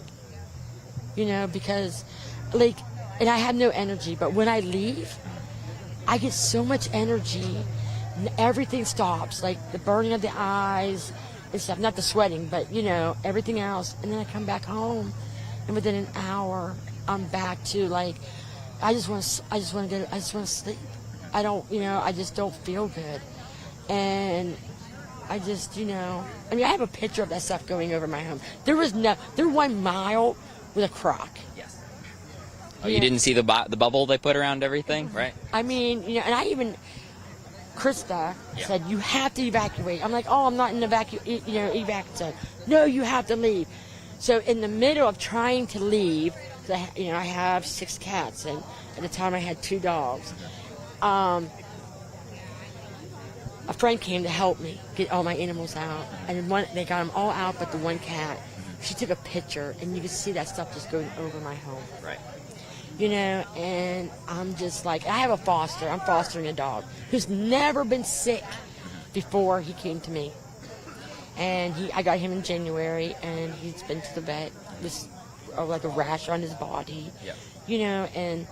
But you can't prove that it's from us. Right. Who was causing it? Right. No, it's just, you're testing positive for vinyl chloride. It has nothing to do with the 5, full tanker cars of vinyl chloride that we exploded in your town. No way, definitely not from that. It's probably from vitamin B12 that you're taking, or like, oh, you smoke cigarettes? Well, you must smoke 15 packs a day, and like every single day. Right? Yeah. I'm like maybe a pack a day. Right. And I mean those were the answers that we've seen been given from all sorts of folks, some present parties included, with the EPA saying these things, CDC saying these things. And now, if I hear a noise from the train, it scares me. Before it was like no big deal. Like I was outside the other day, and it made this weird noise, and I literally jumped. I thought, oh no, is it going to be another derailment at my place? Because I'm only like a block from the, and I'm like, oh God, is it going to derail here? In this section of the town, and I just try to I don't know. I'm trying to debunk that it's from, but I know what it's from. Right. And yeah, at a certain point, I mean, not all these people were, all of these people, and way more than are here tonight, who I've spoken with and others have spoken with. That doesn't happen just all willy-nilly, and it's not a coincidence when you have this major event happen in this town, and everybody 3 days later is told, oh, everything's fine, all good, safe, you're good. Go home, no problem. And I believed him in the beginning. Right. And I did. And a lot of people probably would. I don't necessarily blame you. I covering the story, it's even quite, had me, and I've been exposed through colleagues who've covered crazy stories like this. Flint, Michigan, for example, warning me like, get ready, like you're about to see some crazy shit, frankly. Yeah. And the further you go into it, the crazier it gets, and it feels like you're living in a conspiracy land, but it's not. Yeah, and it's like, I keep saying, they need to worry about the people in this town. We don't need a new park. If you want $30 million, whatever. We don't need that. We don't need that. I mean, if you want to upgrade it a little bit, that's fine. Right. But first, let's make sure that people's basic needs are taken. Yes. I mean, to worry about us. You're putting money in everything but us. Right. And that's all we're asking. We're just wanting help. And it's like, Norfolk ain't doing nothing. Right. I mean, I know it was an accident. It wasn't done on purpose. Right. But they should be helping the people in that town. Not throwing money at places like, I mean, it's just ridiculous. And like, this one lady was commenting about the school getting all that money. But then she got this list of supplies, and why aren't they helping people that need? Right. School supplies, like, oh yeah, the school's getting money from Norfolk Southern and not covering school supplies, basic needs. Meanwhile, folks are left spending all sorts of extra money on basic needs and whatnot. And I feel like I'm losing. I'm like, I just told Dr. Chai today, I said, I feel like I'm dying, and I feel like I'm just going to give up. Because I don't know where else to go. I don't know where else to turn. I don't know what else to do. And I don't. I mean, I got pictures of that, that I'll show you, of the rash on my leg that I have. Dr. Chai took pictures of my face that had this big rash. I got it here. See, it's here. And it's just, Yeah, let's, well, first off, thank you so much for taking the time to talk with me. I appreciate it. Let's, after this, we'll make sure we trade contact information. Yes. I'm going to keep chatting with people, but I'll make sure I find you before we leave. Okay, thank you. Thank you so much for taking the time, Thank Chris. you. I appreciate it. John, if you if you want to go try to find somebody else, and I'll talk to the camera for a second and line somebody else up here for you. I do want to read a couple of the donations and super chats that have come in so far as well. I can move if you need me to. Again, that was Chris. That was a really powerful testimony coming from her there on what has happened with her scenario since the derailment. That was my first time meeting her. You know, the health symptoms, the symptoms her pets are having, her grandkids are having, things you obviously don't wish upon anybody. You don't wish that upon your worst enemy. I do want to go through here and read through a couple of the donations, super chats, and new members that we've gotten so far. Coming out here and reporting on this is not easy to do, and frankly, there's basically nobody else doing this. The only other media outlet that showed up to this was PBS. The organizers of this event reached out to dozens of media outlets, including local media. None of them showed up except for us and PBS. That's it. No ABC, no local news stations, none of them. This story deserves to be covered continuously still. You just heard, if you listen to this town hall, the horrific shit that is still happening in this town. These folks are fighting tooth and nail for basic needs. I want to thank a couple folks here who have donated so far today. Jesus donated $120 through Status Coup website. Thank you so much, Jesus. Another $60 from him as well. We want to thank Val as well for a $100 donation, Diane for a $20 donation, Richard Wolf with a $25 donation. We also have 3 new members so far. We've got new member June. Thank you, June. New member Ryan. Thank you, Ryan. And new member Janet. John is off looking for another resident to speak with here. We also have some super chats coming in here, so I'm going to read through those. Another new member on YouTube, actually, Kat Faye Garrett. New YouTube member, thank you. $10 super chat from Jordan. This is what I mean by the United Corporations of America. These are the victims. We will stay on it as long as you help us pay for it. Thanks, Jordan, for the message there. And that message is directed out to a lot of you folks watching right now. Matt Luce in $9.99. Thanks, Status Coup, for being there. Anthony Manalakos, presidential candidates, $10. This fight is only the beginning for Ohio, for Flint, for Jackson, for Hawaii. Working people stick together. Thanks for that super chat, Anthony. Das Bosch Fleisch, $2.49. Put Norfolk Southern on the terrorist watch list. Don't disagree with you there. Savage Joy here, $4.99. Please tell other YouTubers to step the hell up. Me and Lewis are screaming into the void. I'll see you all again on Saturday. Love you. Savage Joy, another YouTuber. I've been on her show a couple times. She'll be out here for the event that was mentioned at the end of this on Sunday. So if you're interested in checking that out, definitely be sure to check check out her YouTube channel for that. Again, we're 6 months since this derailment. One second, guys. And Lori. Okay. They're going to speak to us. They're just finished up eating. Okay, right now. that's fine. Maybe. Do you mind trying to grab Ashley for a second? Ashley. Yep. Awesome. Thank you. Yeah. So again, 6 months. Okay. Thank you. 6 months later. And that's what these folks are going through. So those of you who have become a new member already, we appreciate it. If you want to do so as well, statuscoup.com/join is the way to do so. That is the only way we can continue to do this on the ground reporting for literally as low as $5 to $10 a month. If you think hearing these stories from these folks is worth it, and frankly, you better, if you can afford the $5 a month, it makes a big difference. StatusCoup.com/join. You can also become a member right on YouTube. And if you can't support us financially, if you're seeing us for the first time, the subscribe button right down below, and you'll be able to see a whole bunch more interviews that we've recorded while we've been here. Those will be coming out over the next few days. We'll see if we can pull somebody else over here for a second. One second. Hey, Candace. I'm waiting for Ashley to come over. Do you mind coming over and chatting for a second? Yeah, sure. Yeah. So we have Candace here for a second. You're good, John. If you want to keep trying to get Ashley, that would be... Okay, gotcha. There we go. Alrighty. That's fine. We talked with you last night, but I wanted to get your reaction to how the event went so far tonight. Obviously, we heard from some new faces that we haven't seen at a lot of these meetings before. Curious your thoughts on it all. I was kind of in the background trying to run and get food, but I definitely was listening. And actually, my 24-year-old son's here tonight also. And I walked up to him, and he had tears streaming down his face. And, he's a tough man. And I said, are you okay? And he said, Mom, so sad. Yeah, Lonnie, she just, her words touches your heart. And it gives you some type of empathy for us. She makes people feel that emotion. I try to rein it in and hold it in, but I think that, once again, some residents got to be heard, and, what we've been doing for 6 months, hope that this is the straw that breaks the camel's back. We don't know what that's going to be, so we just got to keep putting our heels in and digging. Right. I'm curious your thoughts. I don't want to toot our own horn here, but PBS was also here.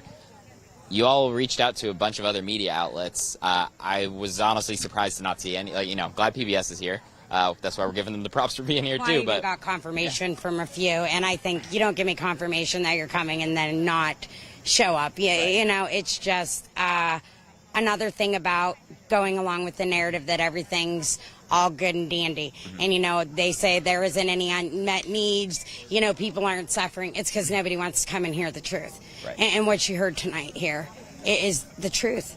People are suffering. Right. And, after 6 months, you start to fall apart. It's hard to keep being strong every day, but that's why we're going to group together tonight, being together, eat some food, and, try to be a community when we can't even be in our own community. Right. But look, we're still coming together, so. Yeah.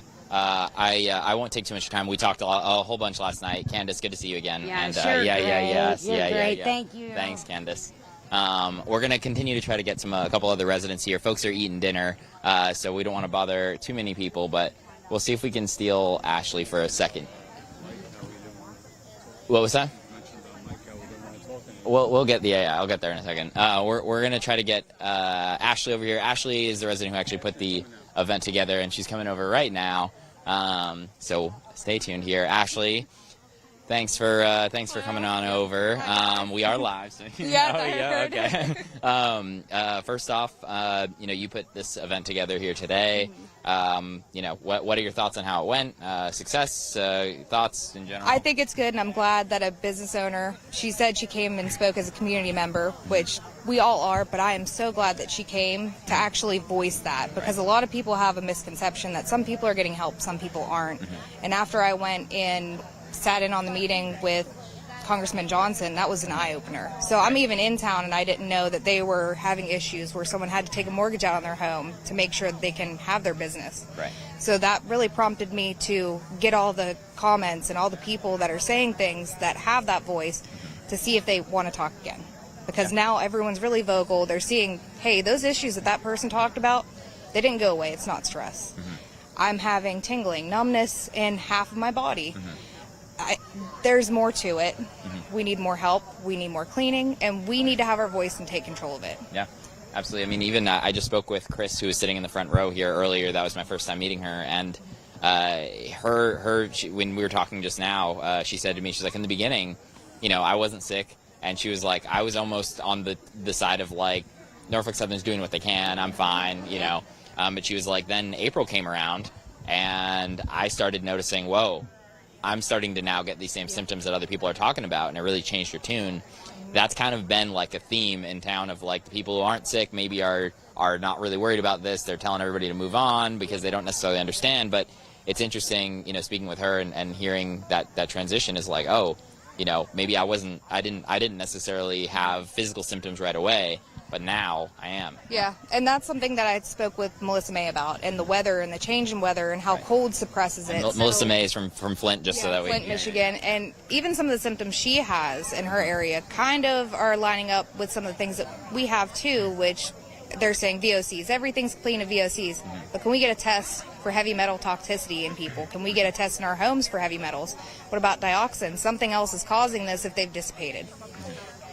If that's not it and I'm wrong, hey, show me the testing that was done on each of these chemicals where this was actually in a setting for a home, where they actually had the evidence to say, it is dissipated.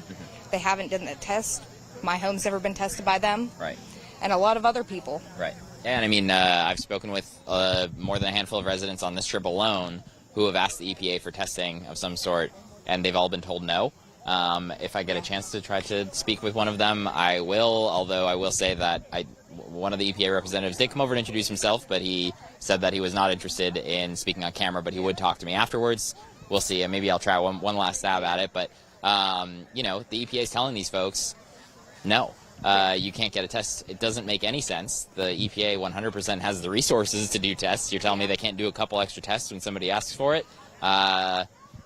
I mean, my only conclusion I can come to is they're worried about what they're going to find, because when independent testers are coming in, they're finding all sorts of issues. Yep. Because if you can't see it and you didn't find it, it's not there. And that's really what we're living by right now. And a lot of people, like I said, they're coming to that conclusion. And it was emotional. Everyone that I looked at here had some kind of tear expression, like, this is really hitting home. And the people that came here today and actually spoke, I wanted to cry because I'm still in a hotel. And I'm going to have to go back and live what they're living right now. Right. So until they do something to prove that, I won't feel comfortable going home. And I've been saying that. Yeah. And you're kind of in the boat right now where you've been relocated for months, and the cleaning program is going on, and we're kind of waiting to see, you know, if you don't, like they're saying, once you have this cleaning done, you are to go back home. Where are you in that situation right now? Well, the person I am, so I immediately called the assistance center, and I wanted to make sure if I refuse this because it's not listed, if you accept it, you don't have the assistance. If I refuse it, am I not going to have assistance? Am I just going to have to go home? He said that that was wrong. So then I had also talked to the EPA, and they said that they're looking into it. So honestly, I don't know where it is, but it sounds like if I take it, I still get assistance. If I don't, I still get assistance. Okay. So we need more of a clear But on their own website together to say, hey, because honestly, from what we hear, if we put them both side by side, they're going to be looking at each other like, wait, no, I didn't say that. Or And I mean, even on the EPA's website right now, it says if you take the cleaning, you move back into your house. Like it says it on there. I'll have to go catch him before he leaves then, and definitely ask that again. I mean, it's literally. I mean, I can pull up the web. I'm not going to pull it up right now, but I wrote an article on it last week. So so that's interesting. Yeah. Another unclear. Yeah, and that's the thing, and it's almost like Facebook, and they're saying there's a divide. There's really not a divide. Right. There's just people that want to stay home, want to not be bothered, and people are getting sick of it that don't want to be bothered. So that's the only thing. It's not a divide. It's more of people are realizing now, and other people just want to be left alone. Right. That's the main thing. But no matter what happens, if people want to leave, they should leave. They should be able to leave. They should be given the same thing they had before this happened. No, absolutely. Ashley, thanks so much for taking the time to chat. I'll let you go back out and keep chatting with folks. John, do you mind actually just chatting with people for a second? I'm going to see if I can get you can super chats to talk about that sort of thing. Just for 1 second. What'd you read? I just want to. I'll be right back. Oh yeah. Oh, you're good. I'm Candace's ex-sister-in-law. Gotcha. Yeah. Oh, okay. Would you mind? All right, guys. Never done this before. Where'd you get to on the super chats? Let's see. Let me get him all set here.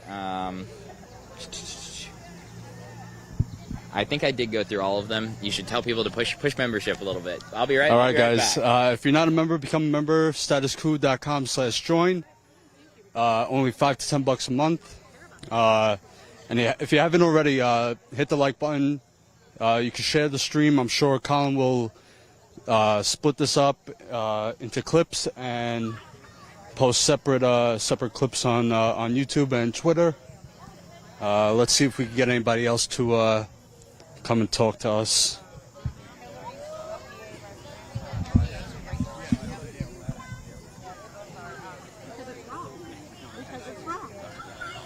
You know what? I'm going to look at the chat. So if you want to chat or if you have any questions, feel free to ask.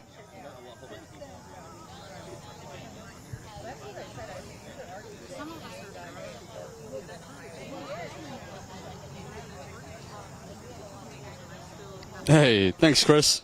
Appreciate that comment. You too, Michael. All right. I'm sorry about that. Sorry about that. You're good. If we want to try to track down a couple other folks, that'd be great. forgot his name already. Gotcha. And if we, all right, I'm going to keep talking if you want to see. If not, we'll bear with us just for 1 second. We can also start to wrap it up. We can also start to wrap it up, and we can record some interviews if people are eating. Again, so we've now spoken with a couple residents afterwards. We have spoken with a lot of these residents and recorded interviews as well that we have not yet released. They're much more in-depth conversations where we go through a lot more of the details one-on-one. So if you're not subscribed to us here already, you can hit the subscribe button down below, and you will see those full conversations coming out. Some of them have been posted already, but many of them are going to be posted over the coming days and weeks ahead here. So we've got a couple other folks here coming on over to join. Watch the dog poop right there. That's what we're. I appreciate that. Awesome. And I guess just to start off, so is Wayne is what he just told me, I believe. Wayne. So Wayne, how you doing? Nice to meet you. I'm Lewis, and Lori, right? Yes. Lori, Nice awesome. to meet you. So we heard Lori speaking at the beginning of this year. Yes.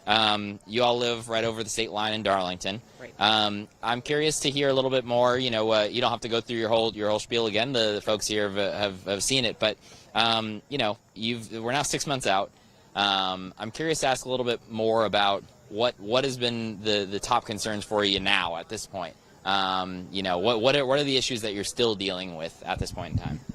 Well, I think our house is contaminated.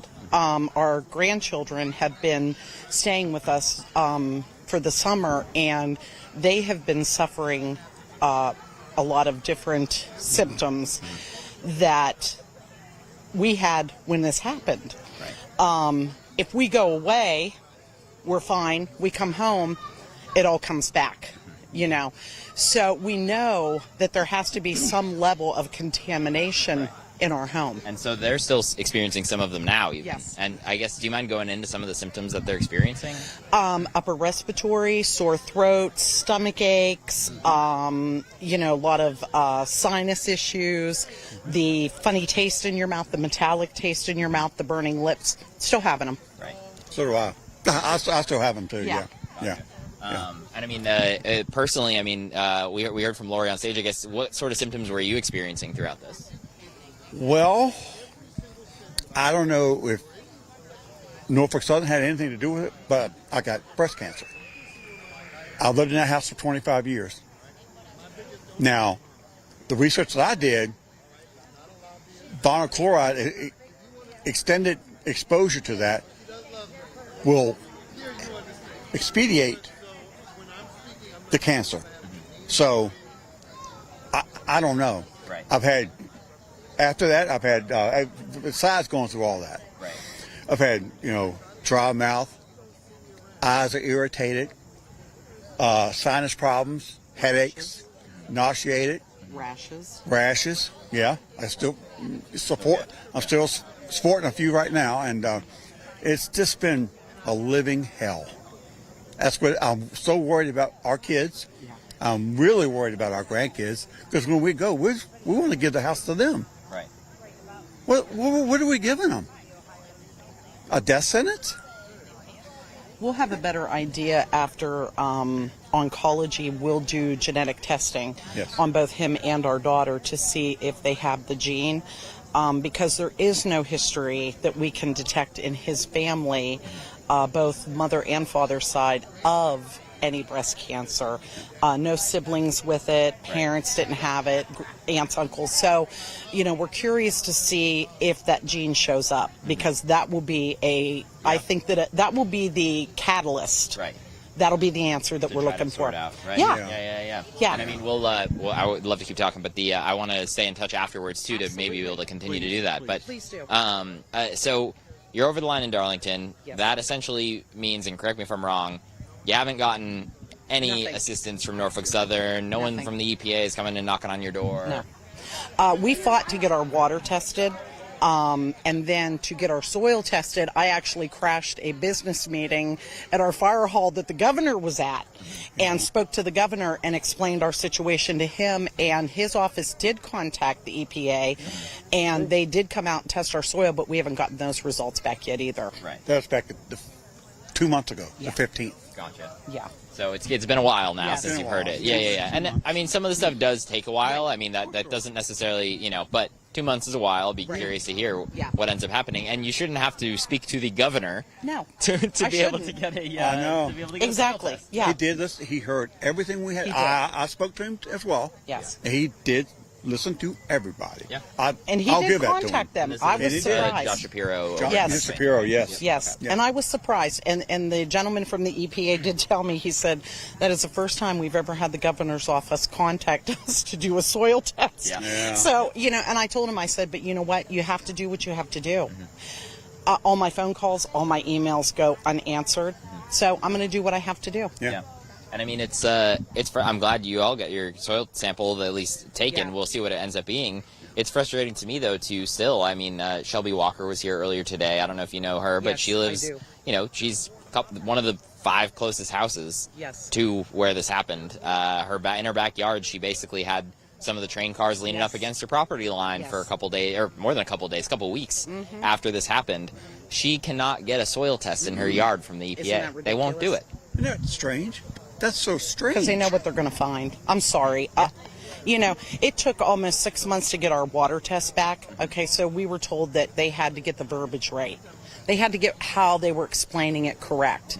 There was no explanation in my letter. It was just the water test. Right. There was no explanation of what that data meant. So what were you really doing? Right. And I mean, in her case too, they're saying, and this is, I'm sure, in a lot of cases, they're like, well, we need to wait until after the cleanup to do this. We need to wait until after. You're telling me that the federal government of the United States, or an agency with the federal government of the United States, can't afford to do one now and then one later? Yeah. I mean, we've got the resources to send, and I'm not, I'm going to throw out a couple of things here. I'm not saying that these are unjust causes, but you can send money to Ukraine. You can send money to, all sorts of other countries for different issues. You can bail out billion-dollar banks when they have issues. It's disgraceful. But you can't help the American citizens who are paying taxes. In a small town. Yeah. Right. Yeah. And we deserve better than that. Yeah, we do. We have worked our whole lives. Our kids work. They are productive citizens. Yeah. And, we are getting the runaround. And it's awful. It's just awful. And I think that, I find it ironic that, they told us, oh, you're 3.4 miles out. But yet when they came out with the home program to help offset the sale of your home, it's a 5-mile radius. Right. Doesn't make sense. Well, in that program, they kind of announced it, and no one's been able to really, it's unclear how to use it, if you can use it, if anyone's been able to use it. Right. Yeah. There's no direction. Right. No. They put these things out there, and then you're on your own to figure it out. Right. So. Yeah. And so in that regard, so at this point, you mentioned, the plan was to give the house to your kids or grandkids, and that's another familiar story. There's a lot of multi-generational kind of homes in the East Palestine area on both sides of the border. I recall talking with Stella and Darren Gamble. I believe Darren's grandfather lived in the house, or his father. Yeah. I graduated with him, so I know I've met him a who he handful of is. times. He's a real nice guy, Yes. but they're going through the same sort of thing of, I've had this house in my family, or I would like to keep this house in my family, but I'm worried about my family getting sick from it. Exactly. Are you all at the point where, if you were able to, would you sell your house and try to relocate? I would like to know. Tough question. It is a tough question. Our youngest daughter grew up in that house. Our grandchildren, that's the only home they've known. That's home to them.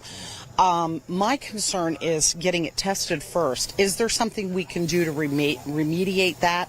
Is it going to involve, completely tearing everything down to the studs? Are those going to be safe? Can we, could we rebuild inside of our home? Would it be safe if my soil comes back okay and our well stays okay? If we could do that, then, I don't see a problem with staying, but you got to get rid of it. We're not out here for a handout. No. But make it right. Yeah. For God's sake. We didn't do this. Yeah. Right. That's the problem. Right. And you can't make that informed decision until you've had real testing done. And I'm not talking about what the EPA did back in East Palestine inside of homes back in March with the little, Yeah. We're not the government. We're real I people. want them to come take some of our blown-in insulation and some of our pink insulation in our attic and test it. But I want 2 tests done. I want an independent test and I want an EPA test, because I want to see the comparison. No, absolutely. Yeah. Because I don't trust them. I'll be honest with you. I don't trust the government. And At this point, you know, even if you did, I do not. Yeah, I was going to say, even if you did before, at this point, they've given you no reason. I used to. I mean, I love my country. My father's a World War II veteran, passed away, and I'd die for this country. Yes. But the way oh man, it's just terrible. The way this has gone, it's awful. Yeah. People should not be treated this way in this country. No. I'm sorry. Yeah. They shouldn't. So, you know, hopefully, you know, they will do the right thing as they keep telling us. Although, you know, I keep hearing that, you know, everything's fine. There's nothing wrong here, you know. So I don't know where this goes from here. Right. But we're not going to give up. Yeah. I'm not going to give up. No. Yeah. Me neither. He may be too sick to fight, but I'll fight. Be, yeah. Yeah. What were you diagnosed with cancer? If you could just... Yeah. So... Yeah. After the realm, I was diagnosed with breast cancer, yes. Afterwards, right. And I guess, like, how long afterwards, or was it close, or... I had surgery on the 10th of July. 10th of July. And I had double. He was diagnosed in June. In June, yes. Yeah. We found it in the end of May. Yeah. Beginning of June. Yeah. And they got him in right away and did all the testing, mammogram, biopsy, and everything. Yeah. And had a great doctor. Came back She was that awesome. it was, you know, positive. The mass was bigger than what they intended. Unfortunately, the type that he had, being that it was breast cancer, they went ahead and did the double mastectomy because she said it would spread again in a year. Right. Yeah. But he also will probably have to go undergo some type of chemotherapy because they can only go so deep for the tissue. Right. So, you know... that's to be determined. Yeah. Right. That's to be determined. I got an appointment at the end of the month. Right. For that. Yes. Yeah. Right. And frankly, I don't know enough about breast cancer and how quickly they develop and whatnot. I didn't know a word about it until I got it. Yeah. Yeah, in 25 years in our house, I mean, you know, we've never had the sickness that we've had. Our daughter, she's 24, she missed so much work since February because she literally couldn't quit throwing up. Right. And she left and went to Florida for 10 days, and she was fine. She came home, throwing up that night. Yeah. That tells me there's a problem. Yeah. No, a definite problem. Well, but before you all take off, I definitely want to get contact information. I'm going to keep talking to the camera for a second, but I'll come find you all before you leave. Thank you so much, Lori. Thank you so much, Wayne. We really appreciate it. Yeah. Thank you very much. Thanks. So there is a senator over there. He's wearing the Capitol sweatshirt. Pennsylvania senator or something? Or gotcha. Oh, who's coming over? Huh? Gotcha. I can go over and see if you'd be willing to come over. Yeah. Take the mic. I'll bring him over here, though. He's chatting with a couple of residents. I don't want to take him away because they're residents of Sylvan, but I'll... If you want to keep an eye on him finishing a conversation, I just don't want to pull the representative of one of these residents who's getting FaceTime with their representative right now. But afterwards, I would like to try to pull him aside. That might be a give us 1 second, folks. Please smash the like button if you're just joining us.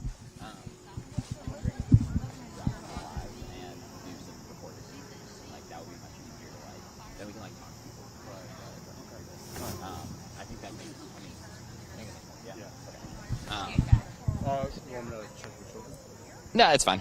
So I'm going to, in a second here, I'm going to start to wrap things up, and we're going to go ahead and do some recorded interviews. There's a lot of folks eating food and things like that. It'll be easier to go out and talk and record some interviews with folks. We also will try to speak with this Pennsylvania representative or senator.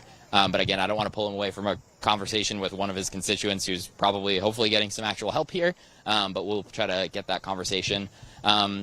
We are going to go through and read some of the additional super chats, donations, and again, this sort of reporting, to be able to come back to a place like East Palestine, you know, not once, not twice, not 3 times. This is our 4th trip back. Unfortunately, things are still not okay here. Unfortunately, residents are still displaced all over the place. There are not any permanent solutions really being floated by any of the folks who should be. And with all that new information it's not even that new because we're staying in touch with these folks, but more trips to be able to come back and do this sort of thing are absolutely warranted, whether it's here, whether it's in Flint, like Jordan has tirelessly covered over the last 5, 6, 7, 8 years, whether it's Kalamazoo, whether it's Jackson, all of these places. If you want to see independent media on the ground in these places, the only way to do it is by supporting independent media. We don't take money from corporations. We're not making a whole bunch of money on YouTube ads or anything like that. This sort of reporting, unfortunately, is not sexy anymore. No one wants to look at this story 6 months later. They should be. But again, the only other media outlet who was here to cover this event was PBS. None of the local media showed up. They had plenty of notice. Some of them, according to Candace, actually confirmed that they were going to attend this event and did not. StatusCoup.com/join. Literally as low as $5 to $10 a month. It makes a big difference. It might not sound like a lot, $5 a month. If you're able to do it, though, it makes a huge difference to be able to make sure that these folks' stories can continue to be heard. StatusCoup.com/join. I'm going to double check here and see if we've got additional super chats. Do you have some pulled up already, or am I? Only one from. Oh, I've got it right here now, actually. Thank you. Chairs are going down behind us. We had an additional super chat from Fly Chomper Fly. It says they wait for it to dissipate or figure out how to spin nums. I don't know the spin nums part. Or spin numbers maybe is what he's going for, or she. Fly Chomper Fly. Thanks so much for the $2, and I know you gave some earlier. We had a couple big donations earlier. StatusCoup.com/donate if you want to make a one-time donation. Excuse me, I've been talking too long. If you want to make a one-time donation, that is also very helpful. StatusCoup.com/donate, or again, to become a member, StatusCoup.com/join. If you are not subscribed, please hit the subscribe button down below. I think we're close to 149,000. Maybe we've crossed it already, but that's an easy way you can help support us. And make sure you see these additional recorded interviews we're going to try to get, and the many other interviews we've done on this trip. Thank you all so much for watching. Really